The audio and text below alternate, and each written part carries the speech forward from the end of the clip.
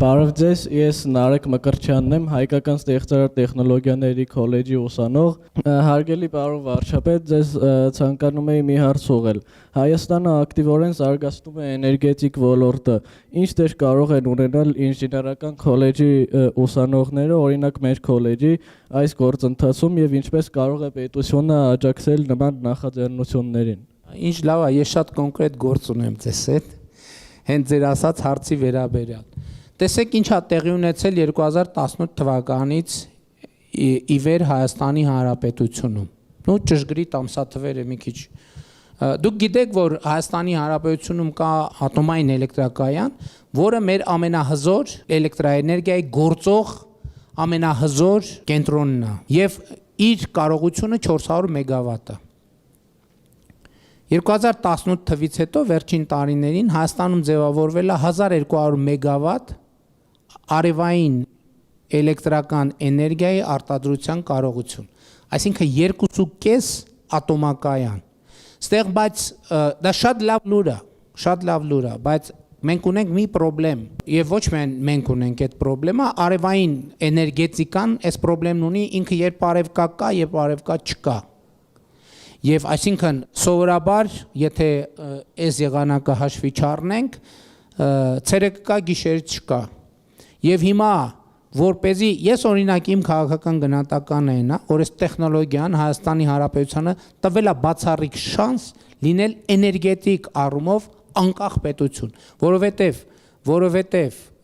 մեր արևային կարողությունները, այնքան լսել եք, չէ, արևի երկիր Հայաստանը։ Սա հիմա մենք կարող ենք այս արևի երկիր Հայաստանը նախադասություն տրանսֆորմացնել էներգետիկ առումով անկախ Հայաստանը։ Այստեղ մեր խնդիրը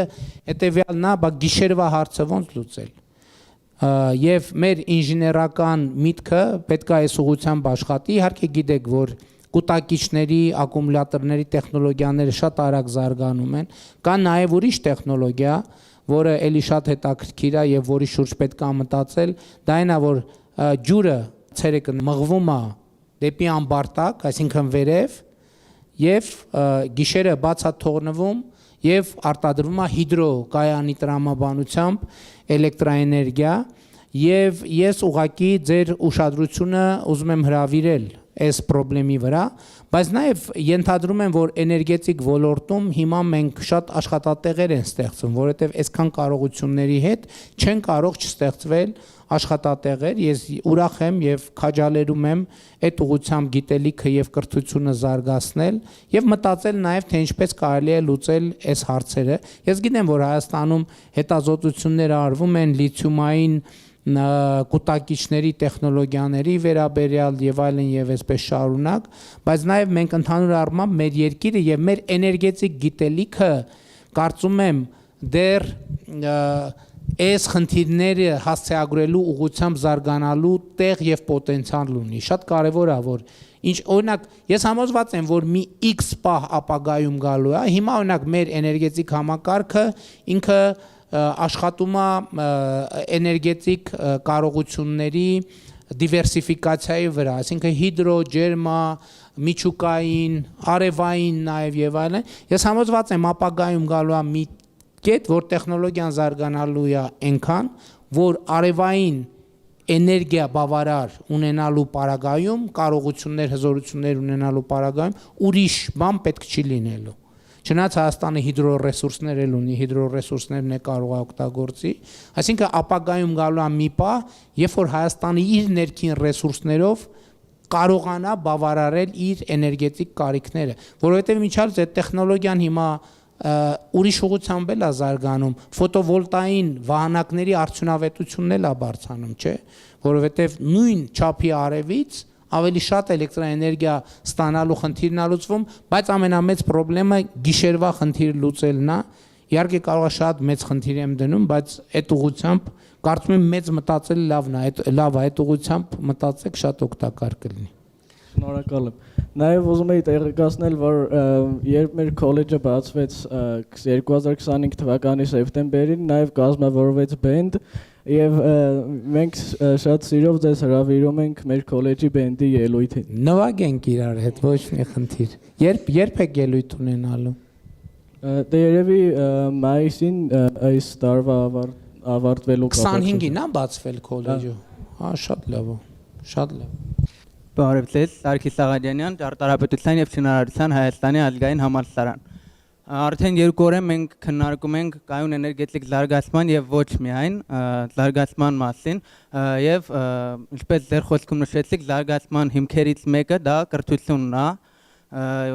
Իսկ մարզաբնակ ուսանողները, մեկը հենց ես, սովորում եմ գերազանց առաջադիմությամբ եւ ունենք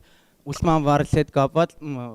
խնդիր, այսինքն գերազանց առաջադիմություն ունեցող ուսանողները ստանում են 5-ից 10% լեղջ, իսկ այլ օրենքի հոդվածից օգտվող ուսանողները 60-70 անգամ մինչև անվճար։ Ցանկանում եմ իմանալ ինչ քայլեր եք ձեռնարկում այդ խնդիրը լուծելու համար։ Շնորհակալություն։ Ընդհանրապես մեր հայեցակարգային մոտեցումը հետևյալն է, որ որևէ ուսանող կրթական process-ից դուրս պետքա չմնա միայն այն պատճառով, որ չի կարողան ուսման վարձ վճարելու հետ կապված խնդիր ունի, եւ մենք հիմա փորձում ենք գնալ ինստիտուցիոնալ լուծումների։ Օրինակ ակադեմիական քաղաք նախագիծը դրա մասին է, որովհետեւ այս մասին գուցե մենք շատ չենք խոսում, բայց ակադեմիական քաղաքի նախագծի առանցքային հայեցակարգային նրբություններից մեկը այն է, որ լավ եւ բարձր առաջադիմություն ունեցող ուսանողների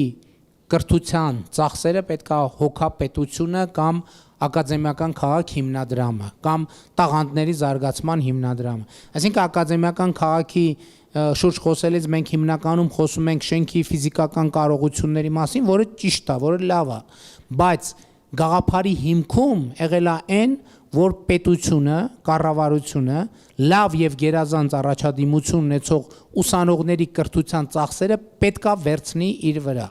Հաջորդիվ մենք առաջիկայում սկսելու ենք ակադեմիական քաղաքի արդեն ֆիզիկական շինարարության աշխատանքները եւ Երևանի պետական համալսարանն է այս գաղափարը տվել, որ մենք շինարարությունը սկսենք այսինքն առաջին հատվածը, որը կհանձնվի շահագործման ակադեմիական քաղաքում, լինի ուսանողական կացարանները, որովհետեւ մենք գիտենք, որ բազմաթիվ մարզից եկող ուսանողներ Երևանում բնակվելու, ես էլ եմ մարզից եկել Երևան սովորելու եւ ես էլ այդ խնդիրները ունեցել եմ եւ մենք ուզում ենք ուսանողների հանրապետության ուսանողական կացարանների պահանջարկը ու ենթադրում եմ ամբողջությամբ ակադեմիական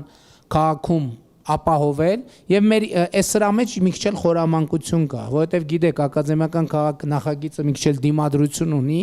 Մենք ասում ենք, երբ որ ուսանողները սկսեն այնտեղ ապրել, մեծամասնությունը, մի X պահի ասել են՝ մի րոպե, մենք ինչի՞ պետք է ամեն օր դասի գնանք, չգիտեմ ուր եւ հետ գանք նորից ստեղ։ Ավելի լավ է մենք ստեղ կողքը ունենանք համալսարան եւ գնանք դասի եւ մենք այդ ճանապարհով կգնանք։ Իսկ ձեր ասացի մեջ կոնկրետ հարցի մեջ ոնց որ ինչ որ սպეციფիկա կար, որը ես լավ չգիտեմ, որովհետեւ դուք ասիք գերազանց սովորողներն ավելի քիչ զեղչ են ստանում, քան ուրիշները։ Դա երևի կապված է վճարովի եւ անվճար ընդունված լինելու հանգամանքի հետ, հա։ Օրինակ իմ պարագայում մեր բաժինը չուներ անվճար տեղեր եւ առավելագույնը գերազանց սովորող ուսանողների համար 10% զեղչն է։ Բա ում համար էր 60%։ Օրինակ սահմանամերձ բնակավայրից եկած ուսանողների համար։ Դե այդ ես ընդհանրապես ես պատասխանատու ձևով ասում եմ, որ այն ուսանողները, ում ընտանիքը ունի խնդիր, սոցիալական խնդիր, այս էլ է շատ կարևոր, որովհետև տենց դեպքերում մենք այնուամենայնիվ ուսանողի ընտանիքի սոցիալական վիճակը գնահատում ենք, ինչի համար ոչ թե ինչ որ մեկի համար չենք ուզում մի բան ավելանենք, այլ որպեսզի եղած ռեսուրսները ճիշտ օգտագործենք։ Ես պատասխանատու ասում եմ, այն ուսանողները, ովքեր ունեն խնդիր, ում ընտանիքը ունի խնդիր ուսման վարձ վճարելու, ինքը ես երաշխավորում եմ, որ լավ եւ գերազանց առաջադիմության դեպքում ինքը կրթությունից դուրս չի մնա։ Իմիջայլոց ասեմ ձեզ, եթե դուք գիտեք համընդհանուր հայտարարագրման համակարգը, որը ներդրվել է, այնտեղ մենք ունենք սոցիալական կրեդիտի համակարգ, եւ եթե ձեր ծնողները օրինակ ձեզ համար վճարել են աշխատում են, եկամտային հարկ են վճարում, իրանց աշխատավարձը արձանագրված է եւ ձեզ համար ասենք վճարել է հայրիկը 200,000 դրամ, մայրիկը 200,000 դրամ, իրանք համընդհանուր հայտարարագիրը ներկայացնելուց հետո 200,000 դրամ, 100,000-100,000 դրամ կարող են յետ ստանալ, որը կարծում եմ էլի բավականին մեծ կներեք, եթե գաղտնիք չի, ձեր ուսման վարձը ինչքան է։ 600,000 դրամ տարեկան։ Հիմա եթե ենթադրենք, որ 300, եթե ձեր հայրիկը եւ մայրիկը աշխատում են, կամ պարտադիր չի հայրիկը, մայրիկը, գուցե ավակ քույրը, եղբայր, կամ դուք անձամբ, եթե աշխատում եք եւ վճարել եք, եւ վճարում արձանագրված է եւ եկամտային հարկ եք վճարել, այսինքն այդ 600,000-ից 200,000-ը կարող եք հետ ստանալ, պլյուս 10% զեղչել ունեք, եղավ 260,000, որը ահագին թեթևացնում է։ Առաջիկայում մենք ել եմ ասում ակադեմիական քաղաքը, մենք նաև տաղանդների զարգացման հիմնադրամն ենք առաջիկայում ստեղծելու, բայց ամեն ինչից դուրս ես երաշխավորում եմ, որ այն ուսանողները, ում ընտանիքը օբյեկտիվորեն խնդիր ունի վարձ վճարելու եւ իր մոգը լավ եւ գերազանց է, ես երաշխավորում եմ, որ ինքը վարձի պատճառով կրթությունից դուրս չի մնա, համասանից բուհից դուրս չի մնա։ Շնորհակալություն։ Դրա համար դիմեք մեզ, մենք կլուծենք այդ հարցերը։ Բարև ձեզ, պարոն Փաշինյան, ես Միքայել Արաքելյանն եմ, Գյումրու ստեղծարար տեխնոլոգիաների քոլեջից, հարցս հետևյալն է, եթե դուք լինեիք այսօրվա Հայաստանում ծրագրավորող եւ նույնպես հակաթոնի մասնակից, արդյոք ինչ խնդիր կլուծեիք հակաթոնի մասնակից, արդյոք ինչ խնդիր կլուծեիք եւ որ խնդրեմ պատճառաբանեք։ Ես հիմա ամենաշատը կլուծեի երկու հարց կա, որ մեր օրակարգում տեխնոլոգիական ոլորտի հետ կապված շատ հրատապ է։ Այդ երկուսը պետական կառավարման համակարգում եւ կրթության ոլորտում արհեստական բանականության էֆեկտիվ ներդրումը։ Այսինքն հասկանալ ինչպես դա էֆեկտիվ ներդնել, որովհետեւ էս էլ է կրթության հարց, որովհետեւ շատ խնդիրներ կա, որ մենք կարողա իհարկե հավաքվենք, գլուխ գլխի տանք, մտածենք, գնանք, նորից գանք, քննարկենք, լուծենք, արհեստական բանականությունը, եթե մենք ճիշտ կարողանանք իր այդ հարաբերվել, կլուծի։ Այսօր դա ամենահրատապ խնդիրն է, ընդ որում գիտեք ինչ բոլոր ոլորտներում։ Հիմա խնդիրը արհեստական բանականությունը, մանավանդ թեմայի հետ կապ ունի, արհեստական բանականության ներդրումը, հայտնագործումը եւ զարգացումը, գիտեք որ լայնորեն ընդունված է համատել էլեկտրական էներգիայի ստեղծման հետ։ Եվ ես կարծում եմ, որ այդտեղ չափազանցություն չկա, եւ առաջնային խնդիրը, որը մենք պետք է լուծենք, իմիջիայլոց էներգետիկայի ոլորտում էլ, որովհետև հիմա նաև արհեստական բանականությունից առաջ զարգանում էր իրերի ինտերնետը, որի խնդիրը այդ իրերը էլեկտրական էներգիան եւ ընդհանրապես արդյունավետությունը բարձրացնելն էր, եւ նաև արհեստական բանականությունը էներգետիկ արդյունավետության խնդիրները կարող է լուծել։ Օրինակ տեսեք, մենք շատ դեպքերում կապիտալ ծրագրերում խնդիրներ ենք ունենում, ընդհանուր ասենք օրինակ դպրոց են կառուցում, ժամկետների ուշացում ենք ունենում, եւ երբ որ ուզում ենք իմանանք ժամկետների ուշացումներ օրինակ ինչի հետ են կապված լինում, երբեմն կապված են լինում շինարարության ընթացքում նախագծում ի հայտ եկող խնդիրների հետ։ Այն պայմաններում եւ մենք ցանկացած նախագիծ, որը պետական գնումների համակարգով պիտի իրականացվի, դպրոց, մանկապարտեզ, ինքը մի հատ փորձաքննության է ենթարկվում, ինքը մի հատ համալիր փորձաքննության է ենթարկվում, այսինքն մեր մասնագետները կամ մասնավոր ոլորտի մասնագետները համալիր փորձաքննության են ենթարկվում, բայց չնայած դրան շինարարության ընթացքում պարզվում է, որ այդ նախագիծը ունի խնդիրներ։ Եթե մենք կարողանանք այդ փորձաքննությունը, համալիր փորձաքննություն իրականացնել արհեստական բանականության միջոցով, արհեստական բանականությունը չի կարա չնկատի, որ այս սենյակը դուռ չունի օրինակ, կամ պատուհան չունի, կամ չգիտեմ, ինչ որ ուրիշ խնդրեմ, որովհետև ես հիմա ինչ որ ասում եմ, պատմում եմ վերջին շրջանում մեր ունեցած քննարկումներից, մասնավորապես մեր նախարարություններում երբ որ քննարկում ենք, շատ կոնկրետ խնդիր ենք, ուրիշ խնդիր ունենք, պրիմիտիվ բաների մասին եմ ասելու, հիմա օրինակ շատ բողոքում են, որ նախարարությունների թեժ գծերը չգիտեմ քաղաքապետարանում տես բողոք կա թե չէ, ասում են թեժ գծերը կամ չեն պատասխանում ժամանակին կամ նորմալ չեն պատասխանում եւ այլն, մենք մտածում ենք, որ արհեստական բանականությունը զանգերին պատասխանող ամենա արդյունավետ սուբյեկտը կլինի, որովհետև ինքը ոչ հոգնում է, ոչ ներվայնանում է, ոչ բանա, ոչ կարա, այսինքն մենք իրան կարող ենք ասել քաղաքավարի խոսի եւ ինքը միշտ խոսի քաղաքավարի մարդկանց կտա կոնկրետ պատասխան եւ այնպես կանի, որ դիմացինն էլ չներվայնանա։ Արհեստական բանականությունը կարա միանգամից միաժամանակ 300 զանգի պատասխանի խոսա։ Որովհետև դեպքեր են ելնում գերատեսչությունները միանգամից ենթադրենք հարյուրավոր զանգեր են ստանում, լավ 10 հոգի է նստած, լավ 20, լավ 30, լավ 40, բայց ի վերջո նրանք էլ են մարդիկ, նրանք էլ են հոգնում, ինչքան հոգնում են, այնքան ռեակցիաները թուլանում է եւ այլն։ Բարև ձեզ, ես Մաքսիմ Միլոյանն եմ, սովորում եմ Հայկական ստեղծարար տեխնոլոգիաների քոլեջում։ Հարցս հետևյալն է. Ինչ քայլեր են ձեռնարկում օդի որակի խնդիրները լուծելու եւ այն բարելավելու ուղղությամբ, քանի որ օդի աղտոտվածությունը անմիջականորեն ազդում է մարդկանց առողջության եւ կյանքի որակի վրա։ Կցանկանա իմանալ, թե ինչ ծրագրեր եւ երկարաժամկետ լուծումներ են նախատեսվում այս ոլորտում։ Շնորհակալություն։ Երեք կամ նախորդին շրջակա միջավայրի նախարարությունում մեր ունեցած քննարկման կարևորագույն ուղղություններից մեկը դա էր, որովհետեւ մենք հիմա ձեռք ենք բերել օդի որակի մոնիտորինգի նոր սարքավորումներ, արդեն այդ սարքավորումները Հայաստանի Հանրապետությունում են եւ դրանք պետքա, որովհետեւ մոնիտորինգը շատ կարեւոր է եւ իմիջիայլոց ինչ մի կարեւոր որոշում է կայացվել, որ օդի որակի վերաբերյալ ինֆորմացիայի մի աղբյուր լինի, լիազորված մարմին լինի, որովհետեւ նախորդող շրջանում մենք տեսանք, որ տասնյակ աղբյուրներ կան։ Հիմա օրինակ ինչ է պարզվում, մենք գիտենք, որ շինհրապարակներում մենք ունենք քաղաքապետարանի եւ քաղաքաշինության կոմիտեի կայացրած որոշումների համաձայն շինհրապարակներում որոշակի պայմաններում պարտադիր տվիչների տեղադրման բան կա։ Եվ շինհրապարակում, երբ որ շինարարություն է տեղի ունենում, բարձրան այնտեղ փոշի է, չէ, բարձանում երբեմն։ Եվ այդ տվիչների տվյալները երբեմն օգտագործվում է ամբողջ հանրապետությունում կամ ամբողջ մայրաքաղաքում օդի որակի հետ կապված հետևություններ եւ եզրակացություններ անելու համար, բայց մյուս կողմից ընդհանրապես օդի աղտոտվածության ցանկացած թեմայով մի կարևոր այդտեղ էլ մի հատ կարևոր կրթական կոմպոնենտ կա։ Մենք ի վերջո պետք է արձանագրենք, որ օդի որակը շատ դեպքերում եւ մեծապես կախված է մարդկային կենսագործունեության, այսինքն մեր բոլորիս գործունեության հետ։ Ես 2018 թվականից ես շատ լավ հիշում եմ, պարոն Ավինյան, դուք էլ կհիշեք, կառավարության նիստերում ինչքան եմ խոսացել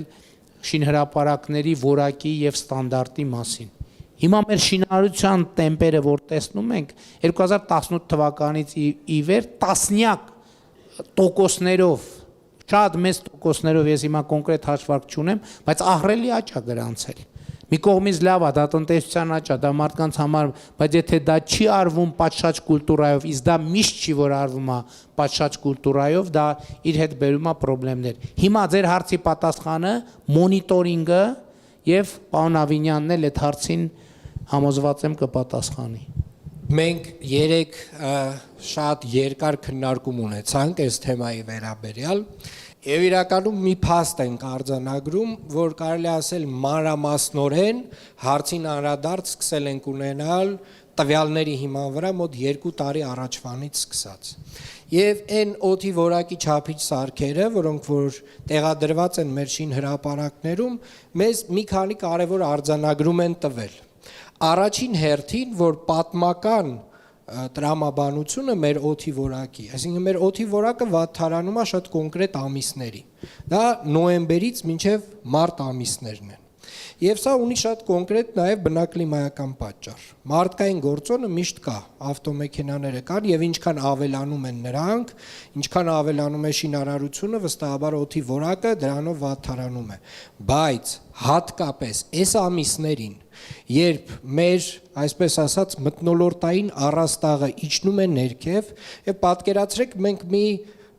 կաթսայի մեջ ենք մեծ, որը ունի կափարիչ եւ գազով է լցված, ով ֆիզիկան հիշում է, սովորել է, ով ֆիզիկա է սովորում, լավ կպատկերացնի։ Այս կաթսայի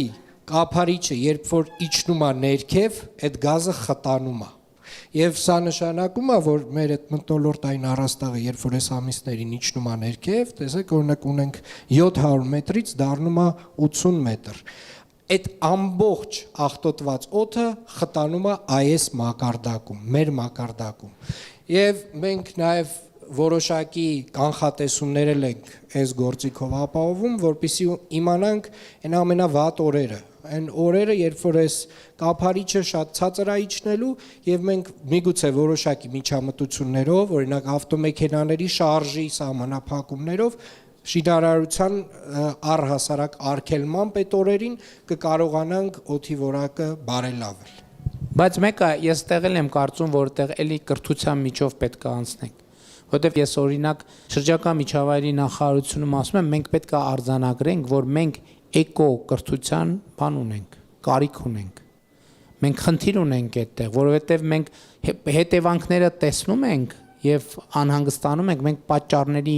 պատճառների մեջ չենք խորանում։ Իսկ օդի աղտոտվածությունը այնուամենայնիվ դա որոշակի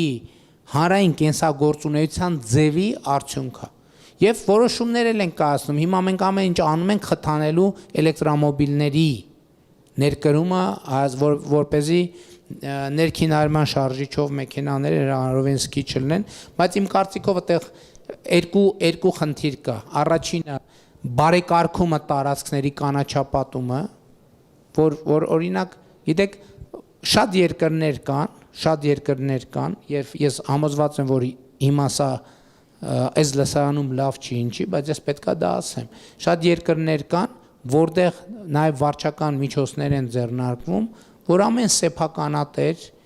իր սեփականության միջավայրում տարածքի բարեկարգումը պետքա ապահովի։ Առանձնատուն կլինի, խանութ կլինի, գործարան կլինի եւ այլն եւ այլն։ Բայց մեզ մոտ ընդունված է, որ միտեղ այս կոնկրետ այս դեպքում այդ խնդիրը լուծված է, ներդրողներին շնորհակալություն հայտնենք, բայց շատ դեպքերում այդ խնդիրը մենք անցնում ենք, չենք էլ նկատում, որ այդ խնդիրը գոյություն ունի, եւ իհարկե շինարարության կուլտուրայի հետ կապված մենք մեծ խնդրեմ ունենք եւ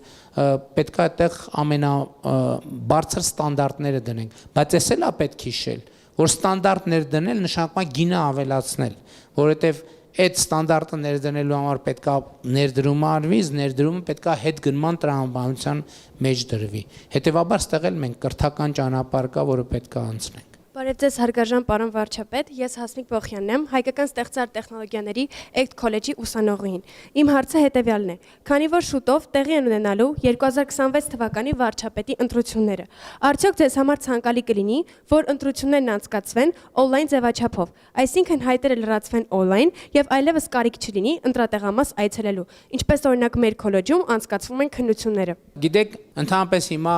այն երկրներում, որտեղ թվայնացված լավ էկո համակարգ կա, այդ երկրներում այդ փորձառությունը կա,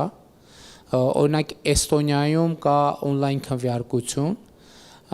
եւ հետագայում մենք պետքա մտածենք դրա մասին, բայց այնտեղ ոչ թե ամբողջ քվեարկությունն է on-line, այլ դա մարդը կարող է քվեարկել on-line եւ կարող է քվեարկել ընտրական տեղամաս գնալով։ Եվ Էստոնիայի հետ կապված մի վիճակագրություն կար, որը ինձ շատ զարմացրեց։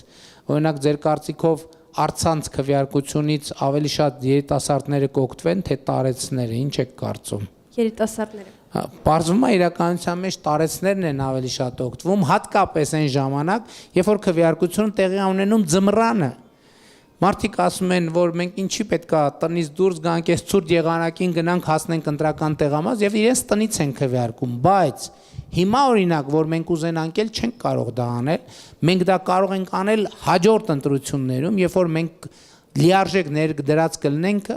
կենսաչափական անձնագրերի եւ կենսաչափական նույնականացման քարտերի համակարգը, բայց այստեղ մի խնդիր կա, որ ինչ էլ լինում է, այնուամենայնիվ առցանց քվեարկության նկատմամբ վստահության խնդիր նենց քվեարկության նկատմամբ էլ կա ընդհանուր առմամբ, բայց ոնց որ առցանցի նկատմամբ վստահության խնդիրը ավելի շատ է, բայց կարծում եմ այդ գործիքը հետագայում մենք կարող ենք օգտագործել, երբ որ մենք ունենանք կենսաչափական լիարժեք վստահելի եւ հուսալի համակարգ, երբ որ մենք վստահ կլինենք, թե կոպիտ ասած ցանցի են կողմում գտնվող մարդը արդյոք հենց այն մարդն է, որպես ով ներկայանում է, թե ոչ։ Դրա լուծումը բարձրորակ կենսաչափական նույնականացման քարտերն են։ Կարծում եմ հաջորդ տարի մեր ուսանողները արդեն պատրաստ կլինեն ձեզ այդ հարցում օգնելու։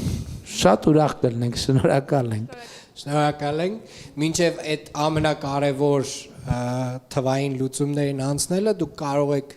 հիմա էլ օրինակ ակտիվ քաղաքացի հարթակում մասնակցել on-line կերպով տարբեր քվեարկությունների, որոնք վերաբերում են քաղաքին, փողոցների անվանակոչությանը, վերջերս մի տարի առաջ կասկադի պրոյեկտներ քվեարկության դրված, այսինքն արդեն իսկ կան նմանատիպ նախաձեռնություններ, բայց ձեր հարցը իհարկե ամենագլոբալ, ամենաբարդ եւ ամենակարևոր հարցերից մեկն է։ Խնդրեմ։ Ողջունում եմ բոլորին։ Ես ԵՊՀ-ի ֆիզիկայի ինստիտուտի ուսանող եմ, համատեղությամբ աշխատում եմ ինժեներական քաղաքի արտադրությունում ավտոմատացված հոսքագծի օպերատոր ինժեներ։ Պարոն վարչապետ, դուք մի քանի ամիս առաջ ինժեներական քաղաքում ինժեներական շաբաթի շրջանակներում հանդիպում ունեցաք ինժեներական համայնքի հետ եւ այնտեղ մի հարց քննարկվեց գործարանների քաղաք կառուցելու համար, որպեսզի համագործակցեն պետության հետ։ Կուզեի իմանալ ինչ որ հաջողություններ կան գրանցված այդ ոլորտում թե չէ եւ ինչ է պլանավորվում հետագայում կատարել։ Շնորհակալություն։ Դե մենք պայմանավորվեցինք, որ կարծեմ պարոն Սալացյանը այդ գաղափարը առաջ քաշեց, եթե չեմ սխալվում, պայմանավորվեցինք, որ իրանք ներկայացնեն հայեցակարգը, մենք կնայենք, բայց գիտեք, իմ կարծիքով արդեն process-ները սկսել, նույնիսկ դրանից, նույնիսկ այդ նախագծից մի կողմ, որովհետև գիտեք, որ Հրազդան քաղաքում կառուցվում է Firebird ծրագրի շրջանակներում արհեստական բանականության կենտրոնի կառուցումը տեղի ունենում շատ մեծ չափերի եւ վերջին այցի ընթացքում Միացյալ Նահանգների փոխնախագահի ներդրողների հետ քննարկում եղավ եւ նրանք կարծում են, որ ներդրումների ծավալը կարող է հասնել մինչեւ 4 միլիարդ դոլարի։ Իմ կարծիքով կյանքը արդեն ինքը բերելու է այդտեղ այդ կենտրոնի շուրջ արդեն սկսելու են զարգացումներ տեղի ունենալ։ Ես ճիշտն ասած, որ նախագիծը նայում էինք Միացյալ Նահանգների փոխնախագահի հետ, ես հեղինակներին մի հարց տվեցի, ասի երկաթուղուն որտեղ կառուցում եք մոտիկա, թե մոտիկ չի, պարզվեց 50 մետրի վրա է երկաթուղին, իսկ դա շատ կարևոր է, որովհետև ես հույս ունեմ, որ ապագայում ակադեմիական քաղաքից դեպի այդ կենտրոն, ոչ թե հույս ունեմ, համոզված եմ, տենց մենք լավ արագընթաց գնաց կունենանք, որովհետև այնտեղ կլաստեր է ձևավորվելու միանշանակ, որովհետև այդքան ներդրում 4 միլիարդ ներդրում դրվի միտեղ բարձր տեխնոլոգիաների ոլորտում, իմ կարծիքով արդեն տեղը իմիջիալոց այդ ես ինչքան գիտեմ, դա նախկին խորհրդային միության հրազդան մեքենա գործարանի հրազդան մաշի տարածքում է արվում, այսինքն ինքը ոնց որ թե այդ քաղաքը ինքը իր տեղը նույնիսկ միջև մեր որոշումները գտնում է։ Իմ կարծիքով այդ նախագիծը այնտեղ կգնա։ Եղավ, շնորհակալություն։ Շնորհակալություն։ Ողջունում եմ ձեզ մեծարգո պարոն վարչապետ, ողջունում ձեզ պարոն Ավինյան։ Ես Գրիգոր Մարտիրոսյանն եմ, Հայաստանի ազգային պոլիտեխնիկական համալսարանի ուսանող, միևնույն ժամանակ նաև հանդեսանում եմ Հայաստանի Հանրապետության բարձր տեխնոլոգիական արտադրության նախարարության աշխատակից։ Հարցս հետևյալն է, մեծարգո պարոն վարչապետ, ինչ քայլեր է պետությունը ձեռնարկում, որպեսզի Հայաստանը դառնա ոչ թե միայն ԱԲ լուծումների սպառող, այլ մրցունակ ԱԲ արտադրանք ստեղծող եւ արտահանող երկիր։ Ընդհանրապես գիտեք ինչ, դա իմ ամենասիրած կոմբինացիան է, երբ որ մարդը եւ ուսանող է եւ աշխատում է։ Այդ հոյակապ բան է եւ ուզում եմ շնորհակալություն հայտնել բոլոր այն ուսանողներին, ովքեր համ սովորում են, համ աշխատում են, իհարկե պայմանով, որ մեկը մյուսի հաշվին չեն անում։ Իսկ ձեր հարցին, էլի գիտեք հիմա այդ հարցին այնքան հեշտ է պատասխանել։ 3 կոնկրետ պատասխան կա։ Դուք գիտեք, որ մենք բոլորովին վերջերս Երևան պետական համալսարանում բացեցինք սուպեր համակարգիչ,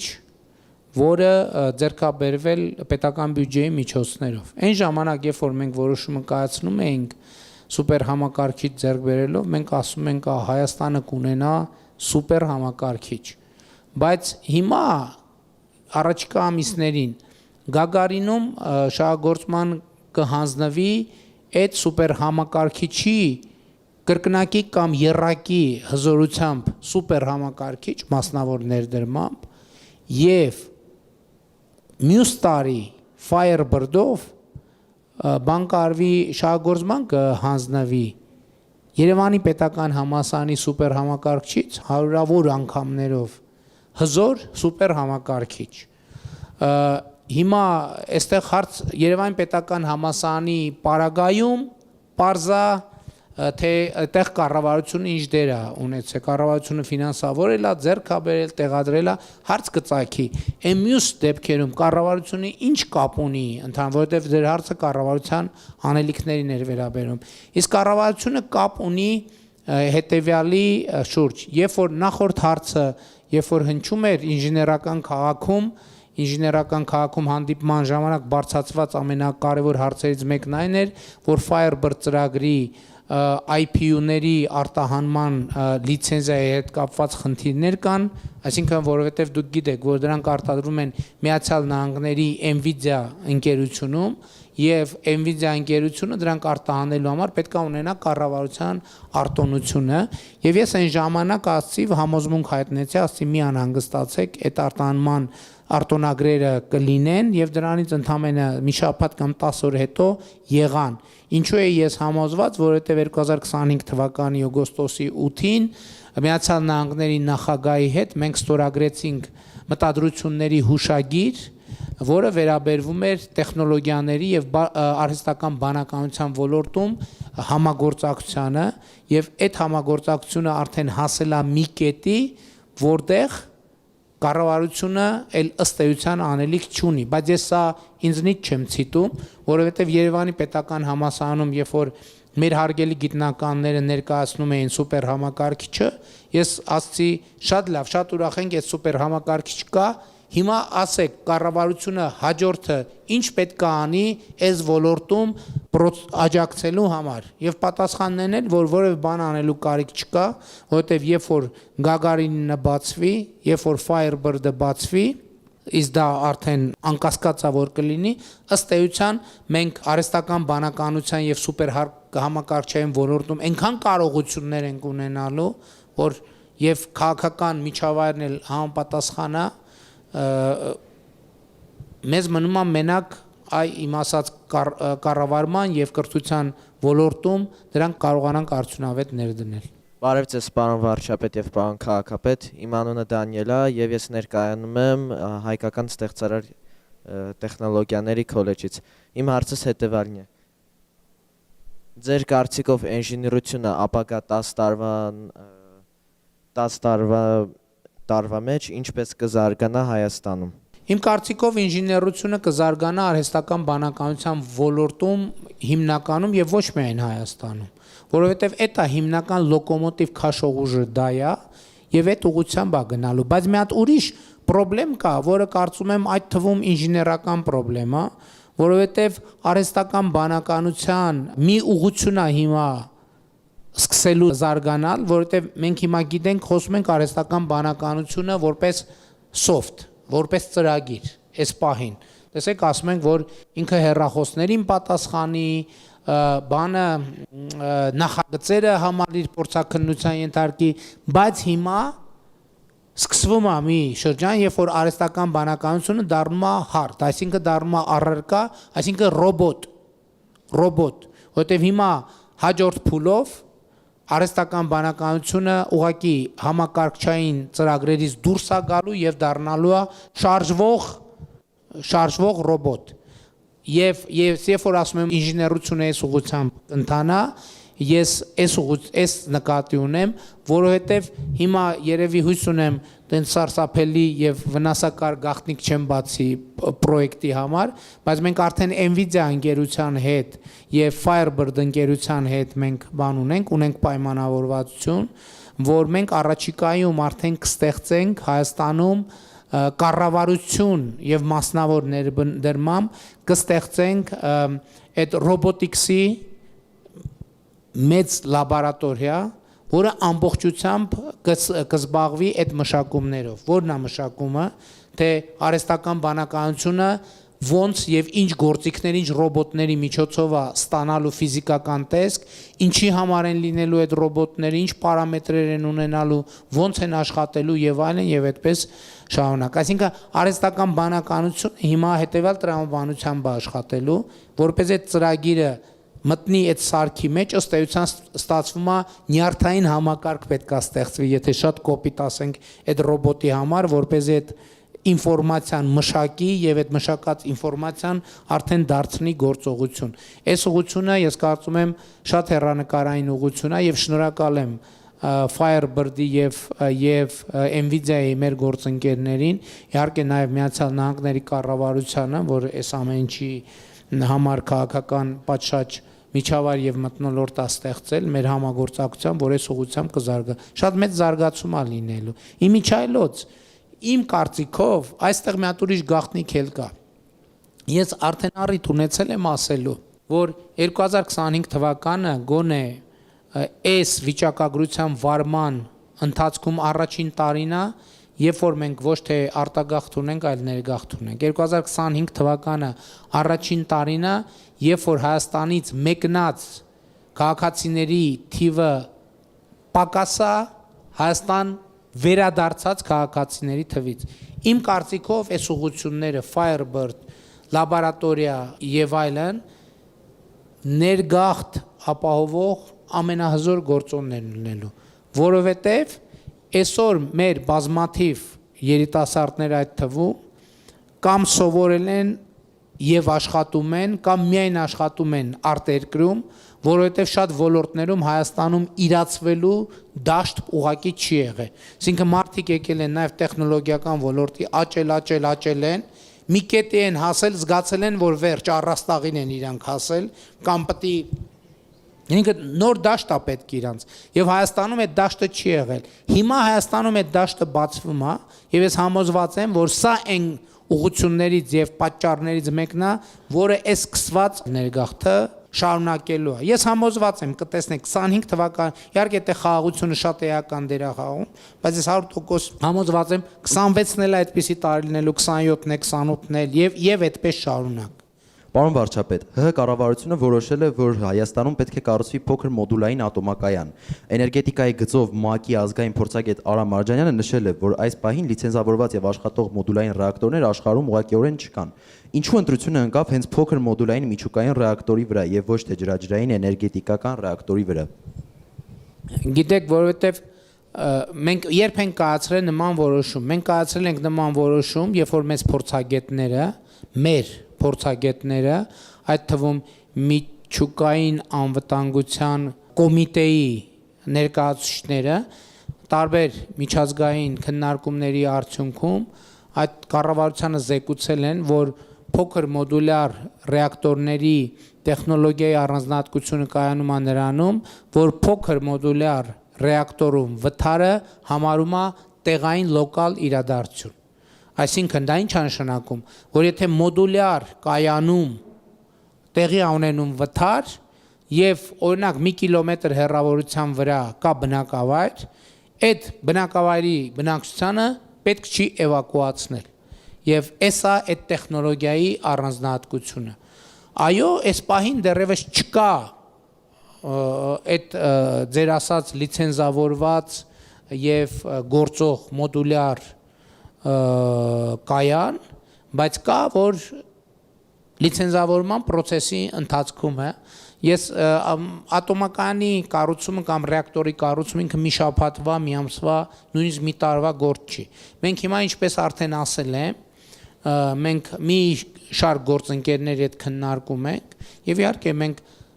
սա նախնական որոշումը, որ մենք գնում ենք այդ ճանապարհով։ Երբ որ կլինի վերջնական որոշումը ո՞րն է։ Վերջնական որոշումը ֆինանսավորումն է, հարցի բյուջետավորումն է, տեղանքի ընտրությունն է, նախագծի պատվերն է, կապալառուի ընտրությունն է եւ այլն, այդ ժամանակ բոլոր խնդիրների հաշվառումով կկայացվի որոշում։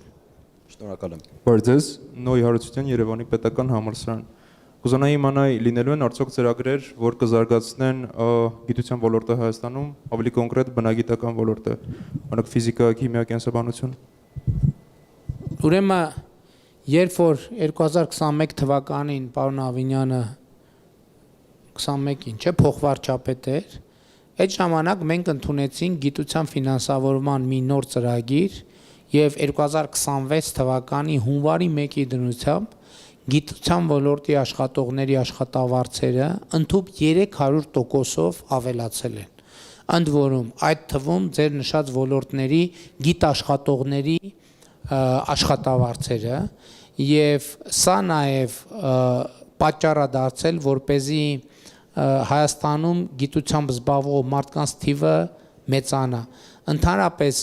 ես հիմա շատ կոնկրետ թվերը չեմ կարող հիշել,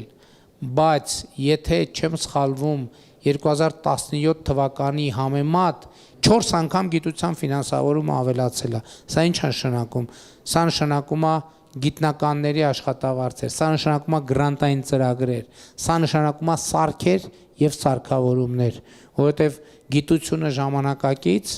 ինքը տեսություն այո, բայց նաև տեսական գիտությունը զարգանում է այդ թվում լաբորատոր փորձարկումների արդյունքում, այնպես որ այդ process-ը գնում է եւ այս վերջերս տեղի ունեցավ ուրիշ բան։ Մենք ընդունեցինք գիտության զարգացման ռազմավարությունը, որտեղ կայացրինք սկզբունքային որոշում, որը 2026-ից 2031 թվականի ժամանակահատվածում գիտության ֆինանսավորումը կհասնի ՀՆԱ-ի 1%-ին, որտեղ 80%-ը կլինի բյուջետային միջոցներ եւ 20%-ը մենք կներգրավենք մասնավոր հատվածից։ Այնպես որ ձեր հարցի պատասխանն է այո։ Հարգելի պարոն քաղաքապետ, պարոն վարչապետ, ես Մարինա Մինասյանն եմ Հայաստանի ամերիկյան համալսարանի շրջակայի կայունության գիտելիքներ ֆակուլտետից։ Հարցս ավելի շատ ուղղված է պարոն վարչապետին։ Այսօր Երևանում շինարարությունները շարունակաբար աճում են եւ ենթակառուցվածքային եւ զարգացման ծրագրերի մեծ մասը կենտրոնացված է հենց մայրաքաղաքում։ Այն պարագայում, որ մայրաքաղաքը բավականին գերծանրաբեռնված է եւ համարվում է մեծ աղտոտվածություն ունեցող քաղաք։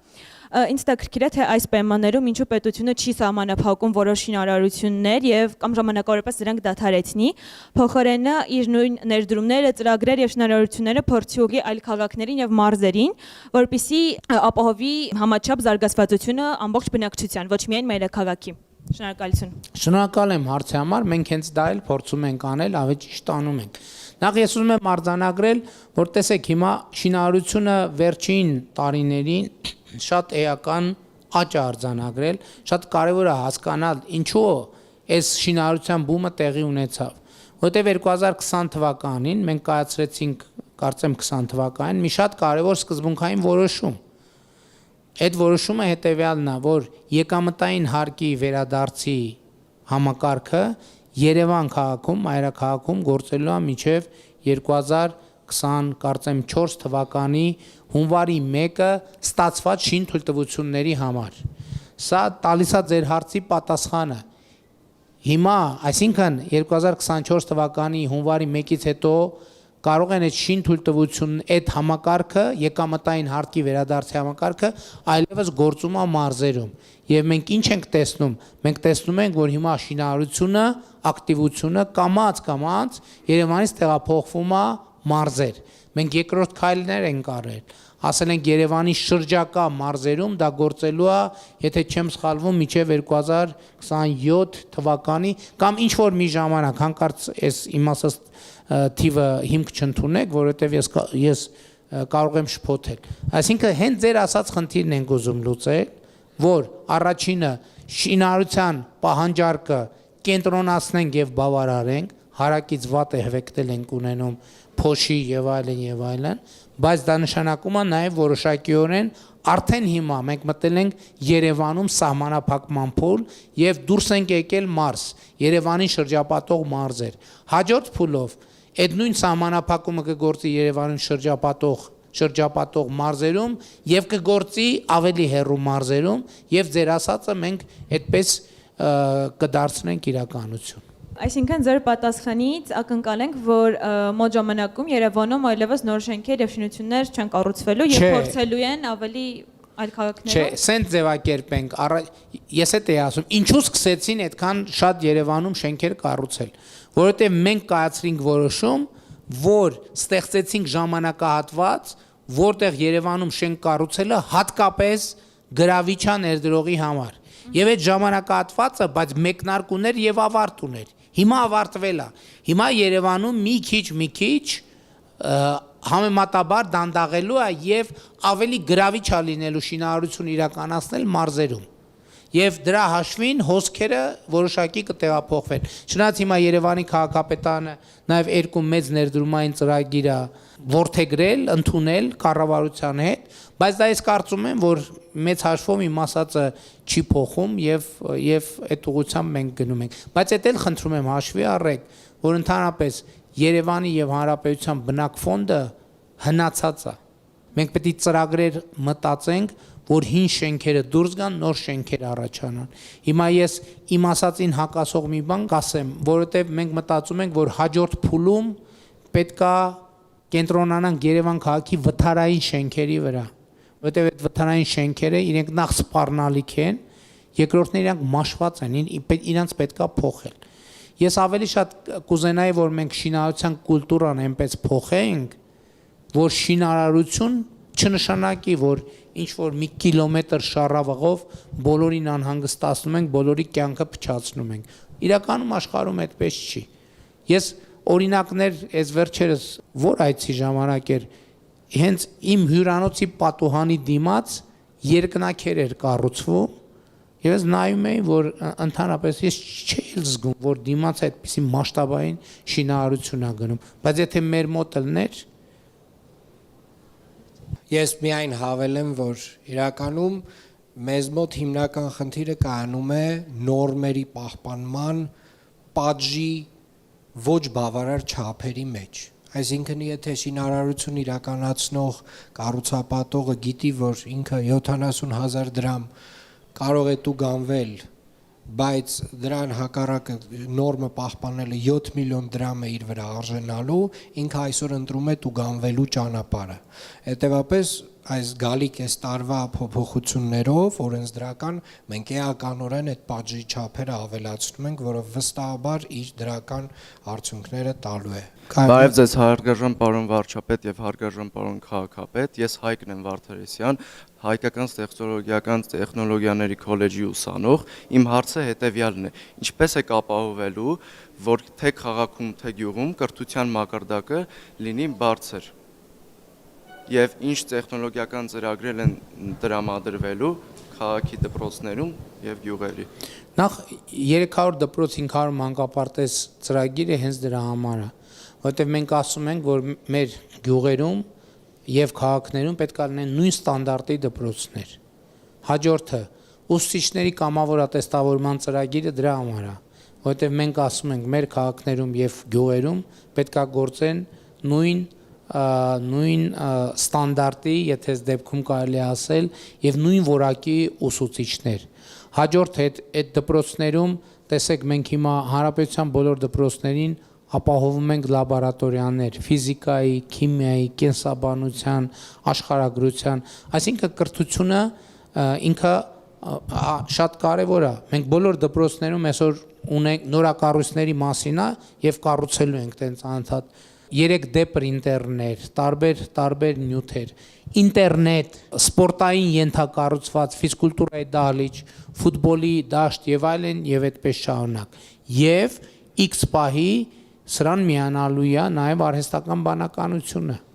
Եվ իմիջայլոց COVID-ի ժամանակներում պարզվեց, որ հերավար ուսուցման ձևերը իրանք կարող են լինել արդյունավետ։ Եվ այս է մեր ճանապարհը, որով մենք գնում ենք եւ կարծում եմ, որ դա էֆեկտիվ ճանապարհ է եւ նաեւ մենք ուսուցիչների,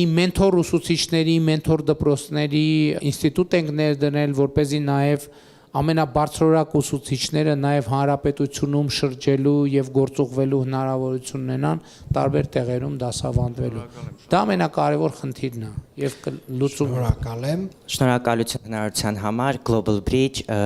աշակերտն եմ Global Bridge կրթահամալիրի Մելիքով Մարկ Պարոն վարչապետ, հաշվի առնելով Հայաստանում իրականացվող եւ նախատեսվող ամերիկյան ներդրումների ծավալների աճը, ինչպես նաեւ ԱՄՆ բարձրաստիճան պաշտոնյաների, այդ թվում J.D. Vance-ի այցը Հայաստան կցանկանայի տեղեկանալ։ Ինչ կոնկրետ մեխանիզմներ եւ վերահսկողական գործիքներ է կիրառում կառավարությունը ապահովելու, որ ԱՄՆ ներդրումների ծրագրերը համապատասխանեն Հայաստանի Հանրապետության բնապահպանական օրենսդրությանը, միջազգային էկոլոգիական չափանիշներին եւ կայուն զարգացման սկզբունքներին։ Մասնավորապես կա արդյոք հստակ ռազմավարություն խթանելու շրջակա միջավայրի բարենպաստ եւ կայուն զարգացմանը միտված ներդրումներ, ինչպես նաեւ նվազեցնելու հնարավոր էկոլոգիական ռիսկերը։ Շնորհակալություն։ Ընդհանրապես մենք նաև միջազգային պարտավորություններ ունենք կոպ ձևաչափի շրջանակներում եւ այդ թվում գիտեք որ այս տարի աշնանը Երևանում տեղի է ունենալու կենսաբազմազանության կոպ 17 գագաթաժողովը եւ իհարկե դա մեր խնդիրն է ընդ որում մենք խնդիր չենք դնում ամերիկյան ոչ ամերիկյան ցանկացած ներդրում մենք ամեն ինչ պետք է անենք որպեսզի ժամանակակից էկոլոգիական ստանդարտներին համապատասխանեն բայց այդտեղ էլի ասում եմ այդտեղ կրթության հարց կա որովհետև հնարավոր չի ուղղակի վարչական որոշումներով այսօր 5 շաբթի է այնենց անել որ 2 շաբթի արթնանանք եւ տեսնենք երկիրը ամբողջությամբ մեր ուզեցած ստանդարտներին համապատասխանում է դա իսկապես սկսում է կրթությունից որովհետև մենք էկո գիտակցության խնդիր ունենք մենք պետք է փոխենք այս ընկալումը Ես ուրիշ բան եմ հիշում եմ իմ մայրական գյուղը, Հաղարծին գյուղը, երբ որ 2019 թվականին մենք ամենակոշտ ձևերով այդ անտառները կտրելու ճանապարհները փակեցինք, ու այնտեղ մեծ բողոք եղավ եւ այլն, ես գնացի մարդկանց հետ խոսեցի եւ այն ժամանակ էլ ասում էին, որ գիտեք, ասում էին, մեր խնդիրն է նա ձեզ ապացուցել, որ դուք առանց ծառը կտրելու ավելի շատ գումար կարաք աշխատեք քան թե ծառը կտրելով եւ հիմա երբ որ դուք Հաղարծին գյուղի մեջով անցնեք կտեսնեք որ ճամփեզրին տարբեր ձևերով գունավորած վիլիսներ են կանգնած տենց տանիքները կտրած նիվաներ են կանգնած եւ այլն որով նախկինում անտառից փայտ էին իջեցնում հիմա մարդ են բարձրացնում անտառ եւ ավելի շատ գումար են աշխատում ես նկատի ունեմ ինչի տենց ես դες ուրիշ բան ասեմ միջազգային լուրջ ներդրողները ընդհանրապես իրանք Այդ ստանդարտից դուրս ներդրումներ չեն անի։ Գիտեք ինչի,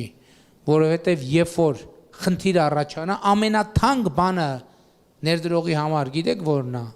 ռեպուտացիան է իր համարումը, որովհետև եթե իր հետ որևէ նեգատիվ պատմություն կապվեց, իր բաժնետոմսերի գները բորսայում սենց գլորվելով իջնելու են եւ ինքը կորցնելու է փող, բայց իհարկե մենք այսօր Հայաստանում ունենք ստանդարտներ ներդրված Այստեղ ուրիշ խնդրեմ կա մենք մեր ներդրած ստանդարտներին ինչքանով ենք լուրջ վերաբերվում բայց սուբյեկտիվ եւ օբյեկտիվ հարցեր էլ կա որովհետեւ եթե մենք մեր ներդրած ստանդարտներին լրիվ ամբողջությամբ սկզբունքորեն վերաբերվենք կարող է մեր երկրի տնտեսության կեսը ուղղակի կանգնի բայց լուծումը այստեղ որն է համակերպվելը ոչ մի դեպքում լուծումը հետեւողական քայլ գնալ առաջ։ Եվ իմիջայլոց ասեմ, որ ես հիշում եմ, երբ որ 2018 թվականից ես անդադ բարձրացնում էի Հայաստանում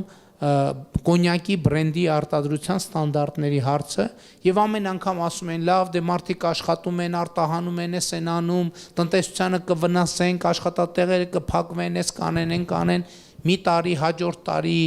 մյուս տարի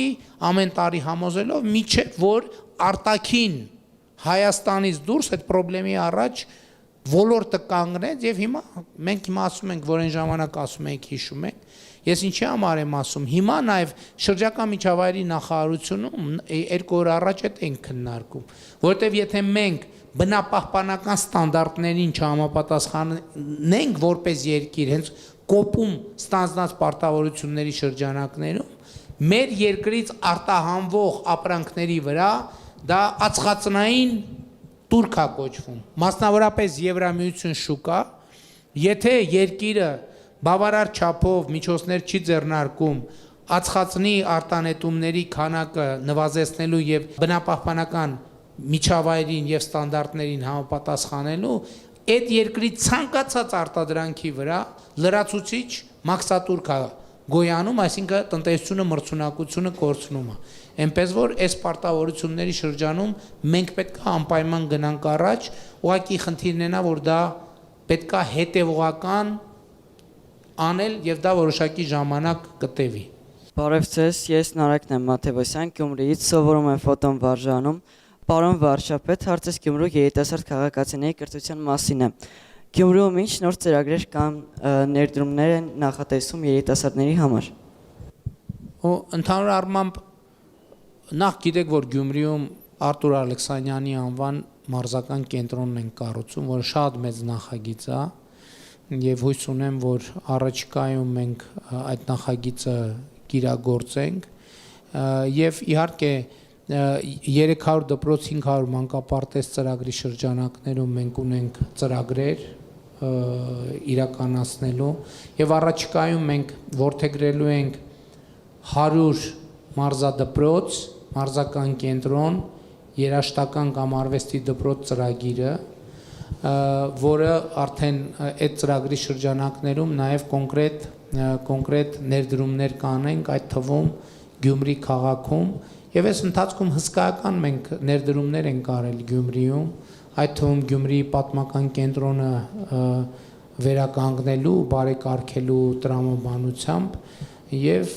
կարծում եմ վերջին տարիներին Գյումրիում ներդրումային միջավայրը եւ տնտեսական կյանքը աշխուժացել է։ Հիմա շատ ուրախ եմ արձանագրել, որ նաև Գյումրիում Վիզեր ընկերությունն արդեն Գյումրի օդանավակայանից թռիչքներ իրականացնում եւ այս տնտեսական կյանքը իր հետ կբերի լրացուցիչ աշխուժություն, հույս ունեմ այդ թվում նաև երիտասարդական կյանքը կաշխուժանա, կրթության, արվեստի եւ իհարկե մենք երիտասարդական կենտրոնների ծրագրեր ունենք, որը ենթադրում եմ, որ առաջիկայում նաև Գյումրի կհասնի այդ ծրագրեր, եթե արդեն չի հասել։ Շնորհակալություն։